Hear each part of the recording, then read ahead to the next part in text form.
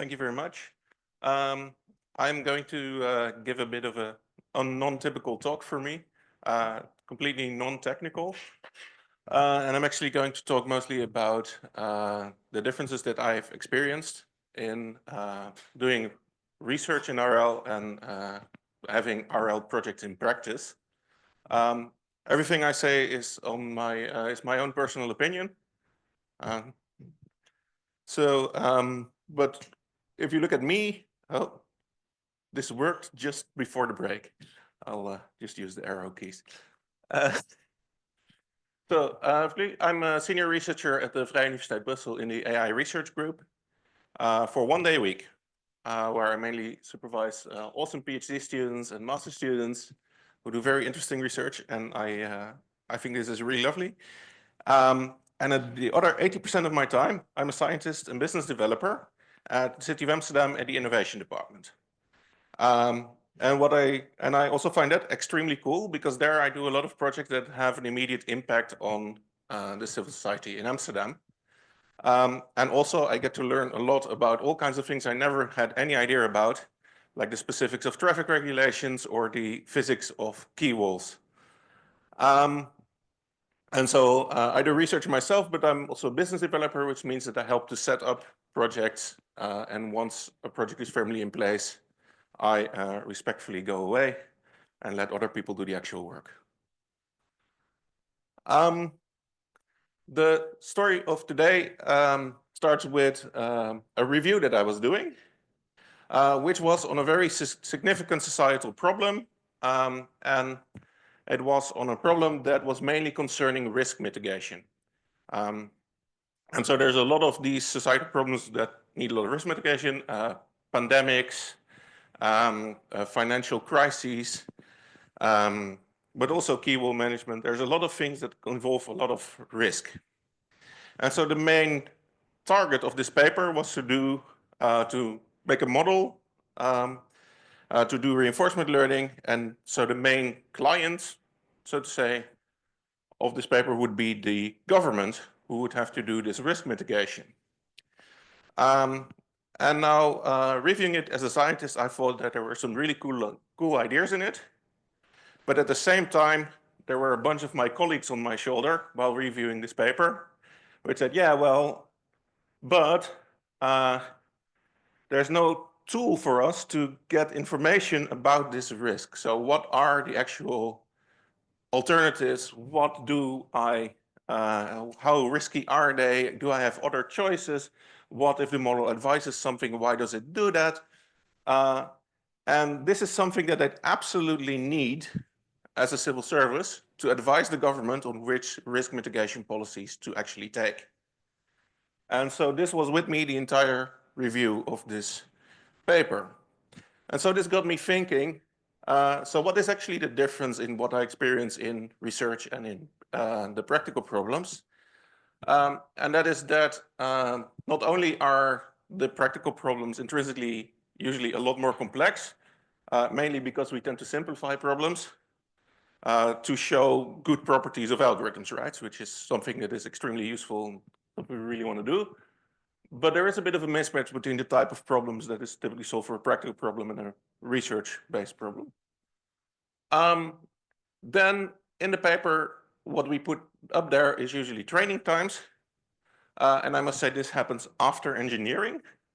And that is to say, in developing this problem, so to developing a good benchmark, it usually takes a whole lot of iterations before we have the right problem, right? And this takes a lot of tweaking and a lot of hyperparameter optimization and a lot of basically everything. And then what we report is the rewards. But what is a bit obfuscated there is that they usually tell me how sensitive things are in the results to modeling decisions that have been made. And so, and also, it reports on a learning curve in rewards. But what that tells me is, well, something, but there's also all these other organizational society requirements and considerations that I would need to take into account, and it doesn't give me any information about those. finally, because I work for a municipality, a lot of the considerations that we have are ethical in nature. Because if we take a decision, it will affect one group of citizens one way and another group of citizens a different way. And so these are, in a sense, ethical choices. And there's a lot of ethical considerations, which I will talk about later in this talk as well, which actually impose quite a lot of issues, constraints on problems that we're trying to solve. And in research papers, and I'm happy to say that nowadays, so quite often there is an ethical paragraph, but usually quite short, and it doesn't encompass all these ethical considerations that I would have to consider in practice, which I will show you a bit about later. So in my work for the municipality, this all starts from here. This is the Amsterdam City Council. And because the municipality is a democratic institute, all the power and all the decision capacity derives from the council. And so if I want to do a pilot study for something that could solve a societal problem, then ultimately the result of those might have to go all the way back to the council, and I'd have to advise them why this pilot was successful and why it's a good idea to implement this, or whether to do more research, or whether to make some changes, etc. So it's all about democratic control. So if I do want to do a pilot study, we need to have somehow get a mandate to perform this research or pilots. And then the civil service, so me and my colleagues, we will advise on, and we'd have to present very clear insights into the effects of using such a system. We have to provide insights into all available options. So how do we have different variants? Do we have different choices in implementing the system? But also the option of not doing it is always on the table. And this needs to be very transparent. So we need to come up with very clear advice in all the choices that we make, not only because of the city council, but also because we have a law in place called the Law for Open Governance, which means that anyone, including you, at any time can request for any project information about how the decisions have been made.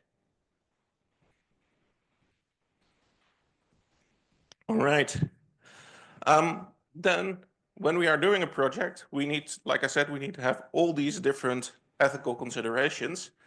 And this affects problems, this affects the way that we can build technology. And so there's a bunch of principles. So these are the TADA principles, which is something that's been developed at the municipality of Amsterdam. And based on these principles and other ethical considerations that we choose to include, we need to provide a so-called ethical leaflet, ethische bijsluiter in Dutch, which will tell the decision makers about the ethical considerations of the project. So this needs to be there in order for the decision makers to make an informed decision about whether or not to run a project. And these are very impactful. So for example, inclusivity. So we need to take into account the differences between individuals and groups without losing sight of equality. So this means that we need to make sure that a reinforcement learning or any other AI system that we implement will affect everybody fairly. And so this also puts a lot of requirements on the type of data that we need to collect for different problems. Then also a hard one is control. So data and technology should contribute to the freedom of people, and data are meant to serve the people. And so we want to have this knowledge, and we need to gather information, develop information, and people stay in control over their own data.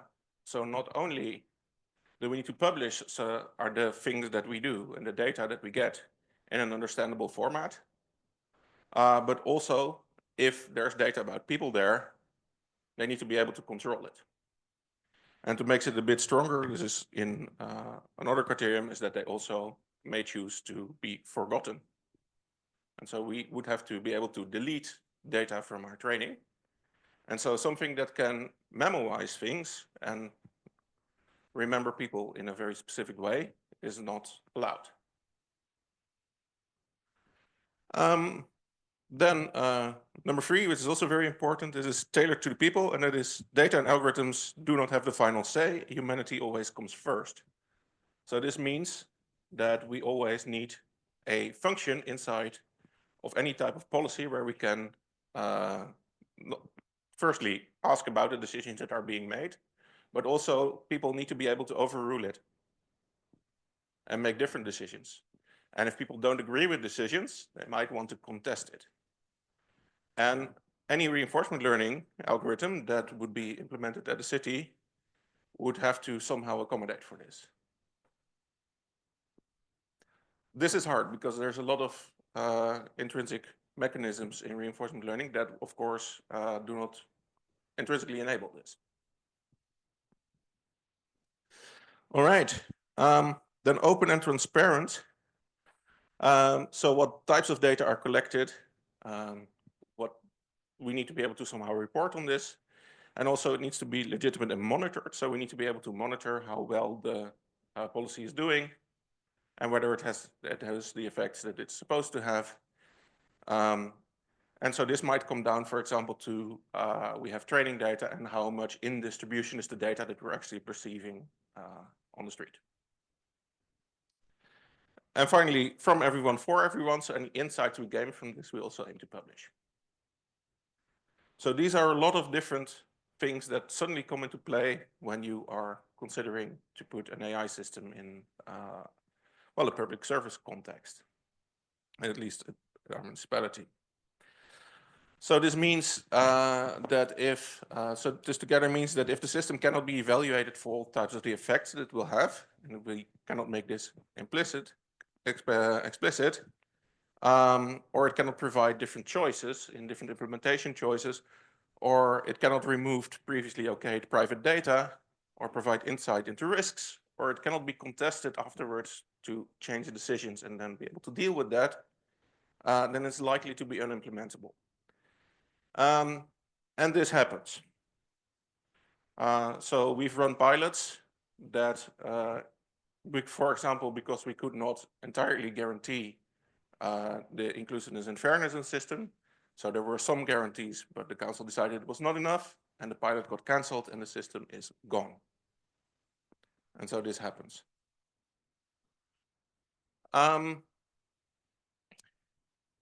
So this makes for a very interesting context. And to give you a very concrete example, this is a system that I have been honored to work on. This is the example of the K-walls in Amsterdam, and I don't know whether you've walked around the city yet, but we have these very, very old, very beautiful quay walls. And then a couple of years ago, one of them collapsed. And this was a very painful incident, of course. But especially in the city center, we have a lot of very old quay walls that were built like 150 years ago, in the time when there were mainly horses and carriages running over them. And also, because they're that old, they're often made of wood, so they're built on wooden pillars, and then wooden panels, and then the street is above that, right? So then, of course, there was a bit of a crisis because how badly were the state of the quay walls currently in town, and there was a whole project. So there's actually the program Bridges and Cables that was set up and specifically mandated to investigate the state of the cables, and also how could we update our maintenance in such a way that this would not happen again, or at least that the risk would be minimized. So this is one of these very risk-intensive problems. And also it has a lot of political sensitivity, right? Now, of course, such a key will consist of very many components, and I will not go into the details of the construction of them. But all of them can be broken in such a way which would lead to different signals. But ultimately, to observe the state of a cable, it's not a very easy thing because most of it is underwater. And so the best way to gain most information about a cable is to actually send in divers who will take samples from the woodwork and measure things inside and below. I don't know exactly how it works. I'm not an expert. But also there aren't a very many experts available because it's a very specific type of work and there are so many people that can do this work.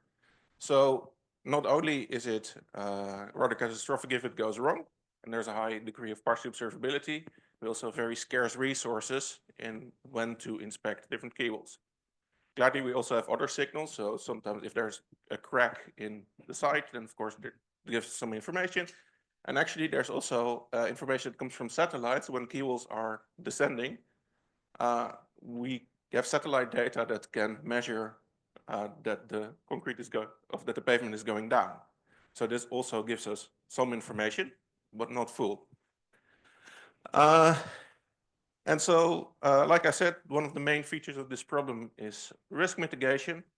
So in terms of RL, this means that we need to advise on different policies that have different risk setters. And of course, a catastrophic collapse is terrible.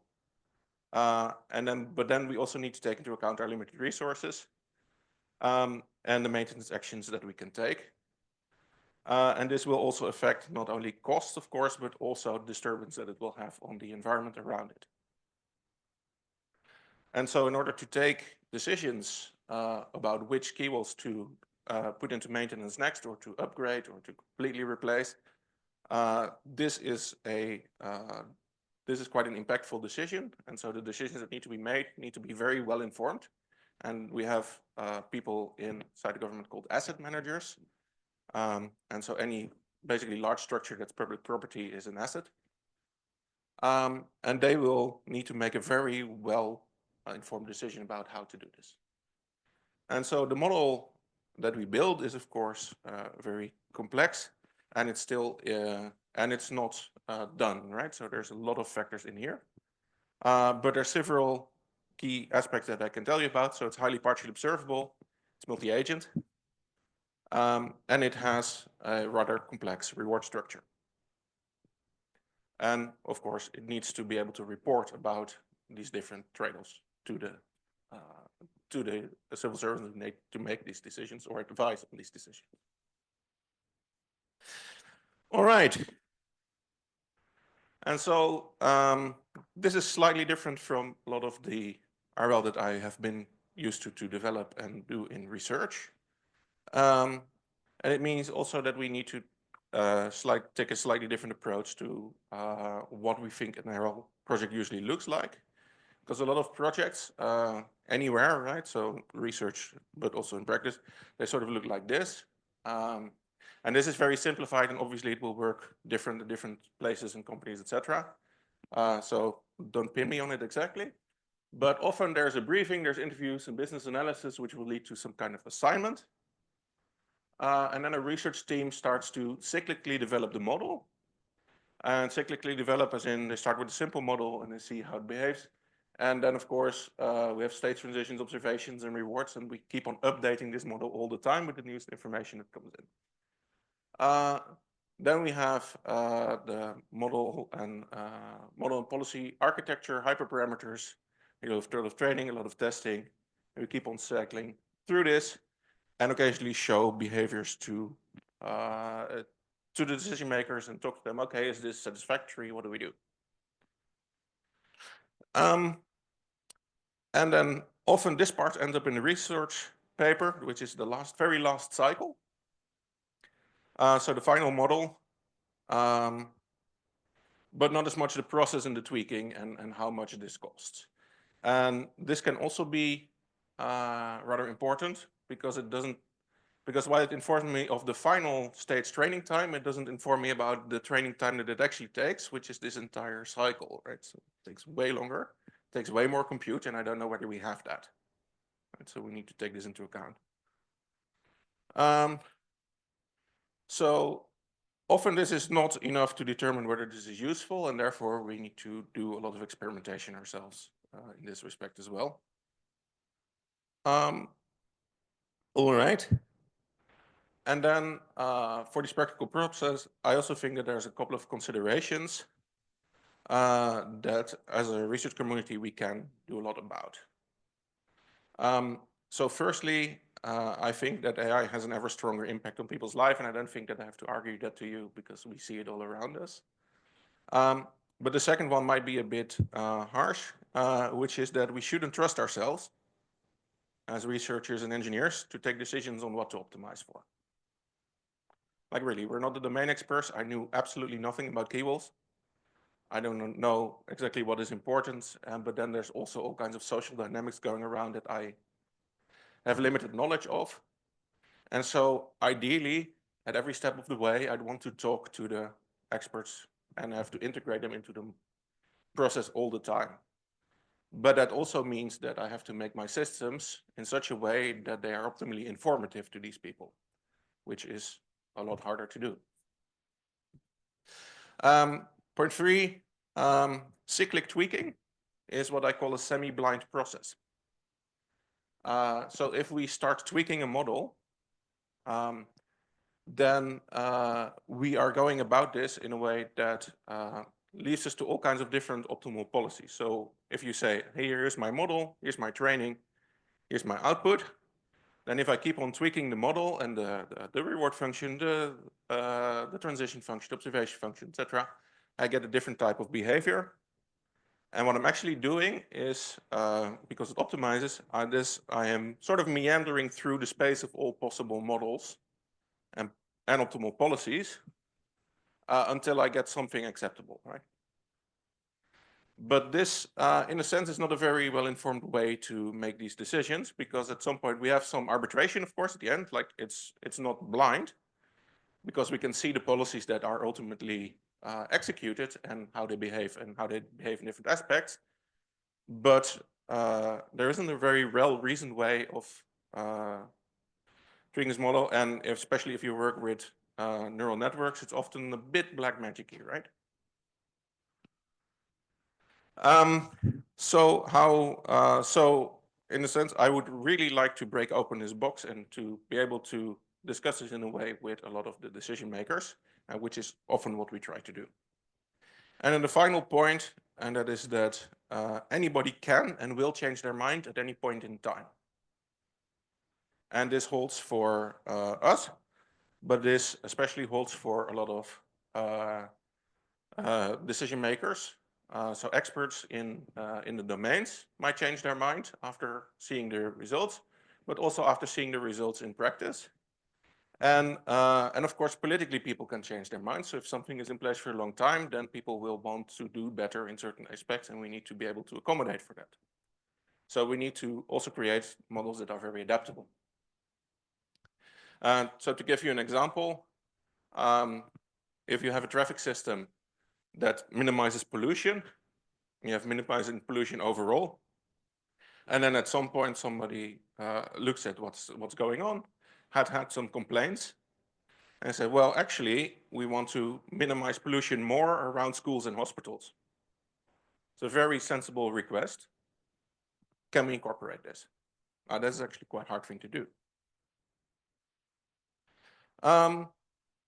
So also in the keywall example, there is a lot of change in the environment in which things take place. So obviously, after the keywall collapsed very quickly, then we spend a lot of money to just make sure that everything's safe, right? So the first reaction having to do. But then afterwards, we also have to deal with the other constraints, and we might get some extra support and everything in the first round, but then we need to be able to share the limited resources there are for keywalls with everybody who needs a keywall maintenance. And that's not just us. We might get slightly different priorities over time, and also slightly more insights and a lot more insights. And then that gives us a better perspective on what we want to do. And also, don't forget that society changes. So also the reaction to big maintenance works changes over time. So in the first period, after things collapse quite then obviously a lot of people were able to accept a lot of maintenance works. But then later people became more and more critical again. Okay, this causes quite a big disturbance. Is this absolutely necessary? Right? All right. So this is a diagram. This is from one of my papers, which is what we often might want to do is we want to input a problem, run an algorithm, and then not come up with one solution, but ideally come up with multiple solutions for multiple parameterizations of our model in such a way that we can do this in a very systematic way. So can we provide a solution set that is very informative for decision makers about what types of actual alternatives there are, and can they judge these alternatives well? And this can mean that we'd have to implement quite a lot of explainable AI, for example. Especially also because then, of course, somebody needs to select which policy we will actually execute. And so this needs a lot of argumentation about why our policy is good. So if one of the key aspects is risk mitigation, we need to be sure that we have some kind of distributional system, for example, that can optimally inform the decision makers about the risk that we are taking when we execute different policies. Of course, they might still select to take a high-risk policy, but that's not up to me, right? So I'm a civil servant. I advise, here's different alternatives. Then, of course, in this user selection, we might also find that they have different feedbacks or things that we have not perfectly modeled yet, or things that also need to be taken into account, and then we have to go back to the first phase. And then, of course, then we have a single solution, which might be used for a while, but is also subject to review. So we need to be able to monitor the system. And then this is where all these open and transparent systems come in, because people can have a look exactly about what's going on. And this might lead to different feedback, and this might lead to people changing their minds, which might send us back to user selection or to problem specification. And so this entire cycle, and how to accommodate this, I think for the IRL community, if we keep this in mind, we would get some different systems in place. And I'm very happy to see that a lot of elements that are necessary for this are actually being developed. A different scenario is if we don't have time. So if time is not on our side, we might have to have a learning algorithm that is interacting with the environment and with users and decision makers at the same time, so that we would have to learn about preferences and about the environment continuously. Of course, this is not something that we would easily do at a municipality, because this implies way more risk, right? There's not a lot of time to test all kinds of different things. So ideally, we don't want to do this, but if we have to, this might be something that we could do. Okay, so one of the main points I want to make is that if we develop systems, we will have to develop systems in close collaboration with domain experts, decision makers, citizens, other stakeholders, like environmental groups, for example. It might be subject to judicial review, and there will be journalists who will be checking our every move. And if we can think about this while designing such a system, then we can get to, I think, much better systems. And so the title of my talk was initially a plea for user-centric AI, and this is the point while I was making my presentation where I think this is wrong. So apologies for that.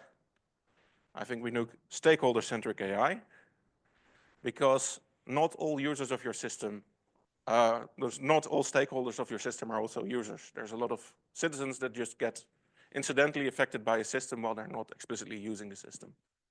And they also need to be on the table somehow while developing it. If you want to know more about how we do this, the city of Amsterdam has recently published a vision on AI. I don't know whether you are aware of that, but if you can check this out, just search for the Amsterdam vision on AI. And there's a whole document about how What citizens think about AI and how you can incorporate them into the decision-making process and the design process. So our systems are part of society. Society needs to interact and be part of our systems too. So this requires interpretable, reviewable, adaptable, contestable, maintainable, and safe AI. And the good news is, of course, that we're already doing this. Because if you look at our community, we do a lot of these very cool aspects. So if you have explainable AI, for example, we can use this, but we also need this for selection, contestability, and review, and also for transparency, because we need to be able to explain the decisions that we make. We need this distributional RL to optimally manage risk, but also to monitor, for example, the reality gap between our model and what we actually see in real life. So all these different aspects, and there are so many aspects that are present in the community, we need to carefully take into account what about this is necessary for different problems and incorporate it into the entire system's life cycle. And I think that as a community, we are slowly moving towards a view, and I think this is a very positive development, that we are taking the RL system's life cycle as a whole into account. And I think this is a very positive development. And so this is where I will contradict some of the biggest gurus in our field, who says only just focus on the price, just go for general intelligence AI. My message is the opposite, is don't. Take this into account. Carefully look at what we apply for this, because without this, our systems are often inapplicable at best, and sometimes they can be actually dangerous. So if we take this into account, I think we can get to much better systems in practice, and I am very happy to see that this field is doing this. This is a very different talk than I usually gave, so I want to thank you all for listening. I hope it was interesting and useful for you. If you have any questions, please don't hesitate to email me. Thank you very much.